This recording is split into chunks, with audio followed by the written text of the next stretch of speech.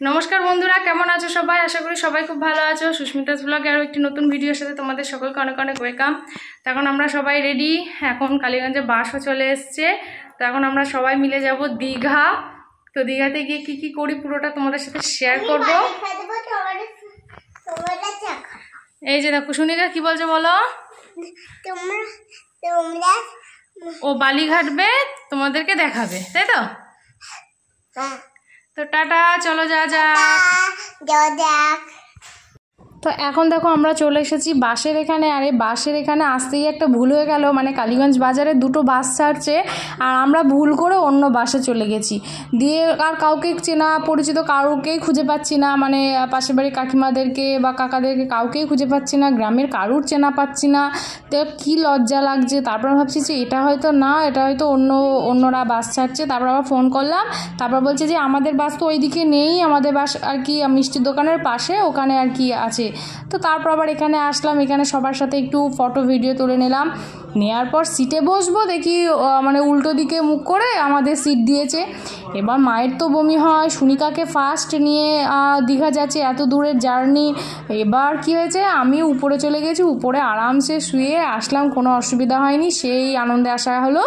তো এখন দেখো পৌঁছে গেছি, এখন যাচ্ছি আমরা রুমের দিকে। আর রুমে আর কি সমস্ত কিছু রেখে তারপর আমরা বিচে যাব। আর সত্যি দীঘা যাওয়া, দীঘা থেকে বাড়ি ফেরার জার্নিটা এত সুন্দর ছিল, বাসটা এত ভালো, আমাদের কোনো প্রবলেম হয়নি। তাই কাকা বলছিল, কাকার নাম দিয়ে ফোন নাম্বার দিয়ে আর কি বলতে। তো এই যে কাকা শ্রীকৃষ্ণপুর প্রভাস মণ্ডল আর কি বাস ছেড়েছিল দীঘাতে, পুরী, দীঘা, বৃন্দাবন, তারপর তোমাদের আরও অনেক কিছু সমস্ত জায়গায় বাস ছাড়ে। তো যারা আমার ভিডিওটা শ্রীকৃষ্ণপুর, শিকারপুর, কালীপুর থেকে দেখছো, তো তারা যোগাযোগ করতে পারো। তো আমি কন্ট্যাক্ট নাম্বার দিয়ে দেবো। তো এখন দেখো আমরা যাচ্ছি সমুদ্রের দিকে। আর দেখো হালকা হালকা রোদ্দুর উঠে গেছে, আর এই রোদ্দুর ওঠার আগে সমুদ্রের ধারে গিয়ে একটু মানে কত যে ভালো লাগে কি বলবো। কারণ আমার এটা নিয়ে সেকেন্ড টাইম দীঘাতে যাওয়া। তো ফার্স্ট টাইম সুনিকাকে নিয়ে যাওয়া হয়নি, তখন সুনিকা খুবই ছোট ছিল, মায়ের কাছে রেখে গেছিলাম। আর এটা আমার সেকেন্ড টাইম সুনিকাকে নিয়ে দীঘাতে যাওয়া। এই যে দেখো আমি তো দৌড়াচ্ছি, এতটা ভালো লাগছিল, মানে ঝিরিঝিরি হাওয়া হচ্ছিল, ঠান্ডা, আর সমুদ্রের ঢেউ অসাধারণ লাগছিল। তো আনন্দে দেখো কী করবো বুঝতে পারছিলাম না, বলছিলাম যে এভাবে একটা ফটো তুলে নিতে। আর আমি কিন্তু অনেক ভিডিও করে রেখেছি, তোমাদের সাথে শেয়ার করবো। আর আজকের ভিডিওটা প্রথম থেকে শেষ পর্যন্ত দেখার রিকোয়েস্ট করলাম, যে খুব ভালো লাগবে। আর দেখো আমরা আস্তে আস্তে সমুদ্রের দিকে যাচ্ছি। আর সুনিকাকে এখনও কিছুই খাওয়ানো হয়নি, ওকে সমুদ্র থেকে নিয়ে গিয়ে তারপর খাওয়ানো হবে। আর সকালে আমাদের টিফিনের ব্যবস্থা আছে, লুচি, তারপর ঘুগনি। সুনিকাকে খাওয়াবো না, সুনিকার জন্য সেরিগ্রো নিয়ে এসেছি, ওকে গিয়ে সেরিগ্রো খাওয়াবো, সেটা তোমাদের সাথে শেয়ার করবো। আর আমিও লুচি টুচি বেশি খাবো না, চিড়ে নিয়ে এসেছি, চিড়ে খাবো। তো এখন দেখো হয়তো অনেকে হাসবে যে আমি দীঘাতে গেছি, চিড়ে নিয়ে গেছি, চিড়ে খাবো, কিন্তু কিছু করার নেই, ভালোর জন্যে খেতেই হবে। আর এখন দেখো আমরা চলে এসেছি সমুদ্রের ধারে, সবার সাথে একটু ভিডিও ফটো তুলে নিলাম, খুব ভালো লাগছে। কিন্তু এই যে দেখো সুনিকাও ফার্স্ট টাইম দেখছে দীঘা, সমুদ্রের ঢেউ, ওরও খুব ভালো লাগছে, ও তো জল দেখে কি করবে বুঝতে পারছে না। আর সবথেকে মজা লেগেছিল চান করার সময় তো অসম্ভব ভালো লেগেছিল, সেটাও তোমাদের সাথে আজকের এই ভ্লগেই শেয়ার করব। আর এখন আমরা রোদ উঠে যাচ্ছিলো বলে আবার ছাতাও নিয়ে যাওয়া হয়নি, তো ছাতা নিয়ে গেলে আরও বেশিক্ষণ থাকতে পারতাম। আর এই যে দেখো একটু সমুদ্রের জলে এবার পায়ে নেওয়া হবে, সুনিকা সেই মজা পাচ্ছে, ও মানে কি করবে বুঝতে পারছে না। যদি তোমরা সামনাসামনি ওকে দেখতে, ওর মজাটা, ও খুব খুশি। আর আমরা খুব টেনশানেও ছিলাম যে সুনিকাকে নিয়ে এত দূরে জার্নি দীঘাতে যাওয়া, কি হবে না হবে, ভয়ও লাগছিল। কারণ ওকে তো সেইভাবে জার্নি করানো হয় না, এত দূরে কোথাও নিয়ে যাওয়া হয় না, ওই কাছাকাছি ঘোরানো হয়। তো ফার্স্ট টাইম এত দূরে। তো এই যে দেখো আমরা তিনজনে একটু একসাথে ভিডিও করে নিলাম। আর আমাকে কিন্তু আমার বোনেরা, ভাইয়েরা কাকিমা সবাই আমাকে সাপোর্ট করেছে, আমাকে ভিডিও করে দিয়েছে। আর আমার তো এই ভিডিও করাটাই এখন মানে কি বলবো, ভালো লাগে। আমার ইউটিউব করা আমি শখে করি, কারণ কি বলতো ইউটিউব থেকেও আর্ন করা যায়, ফেসবুক থেকেও আর্ন করা যায়, কিন্তু আমার যেন ইউটিউবটাকেই বেশি ভালো লাগে। ফেসবুকেও তো আর্ন করা যায়, কিন্তু আমি ফেসবুকে সেভাবে অ্যাক্টিভ থাকি না। ফেসবুকে জাস্ট দিতে হয় দিই, কিন্তু মেনলি আমার এই ইউটিউবে আমার ইউটিউব জার্নিটা কিন্তু অনেক দিনের। 2021-22 আমি ইউটিউব চ্যানেল খুলেছিলাম, তখন থেকে ভাবতাম যে সবাই ইউটিউবে ভিডিও দেয়, সবাই ইউটিউব থেকে আর্ন করে, আমিও যদি কোনো দিন ইউটিউব থেকে আর্ন করতে পারি, ভিডিও দিতে পারি। তো তখন কিভাবে ভিডিও দেয়, কিভাবে ব্লগ করে, কিভাবে কথা বলে, কিছুই জানতাম না, কিছুই বুঝতাম না। তো তারপরে মাঝে সুনিকা আমার চলে আসে, আমার প্রেগনেন্সি চলে, তখন আমার অনেক শরীর খারাপ হয়, তখন আমার ভিডিও দেওয়া বন্ধ হয়ে যায়। তারপরে সুনিকা চলে আসার পরে একদিন সুনিকার বাবা বলে যে আমার এরকম ক্লাস নিয়ে আমি ইউটিউবে ভিডিও দেব, সবাই এরকম দেয়, সাজেশান দেয়, এরকম বলে।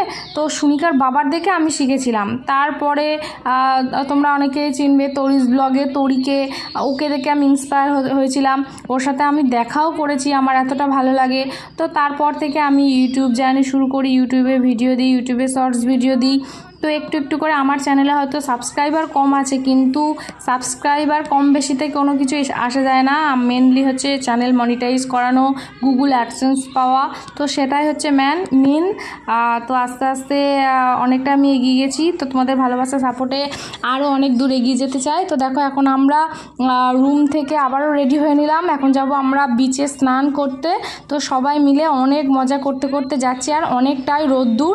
আর এই প্রথম দিনই সুনিকাকে আর কি নিয়ে যাব বিচে স্নান করাতে, ও অনেকটাই আনন্দ করবে, বালি ঘাটবে, বালি ঘর তৈরি করবে, ওখানে গিয়ে মাটি তুলবে।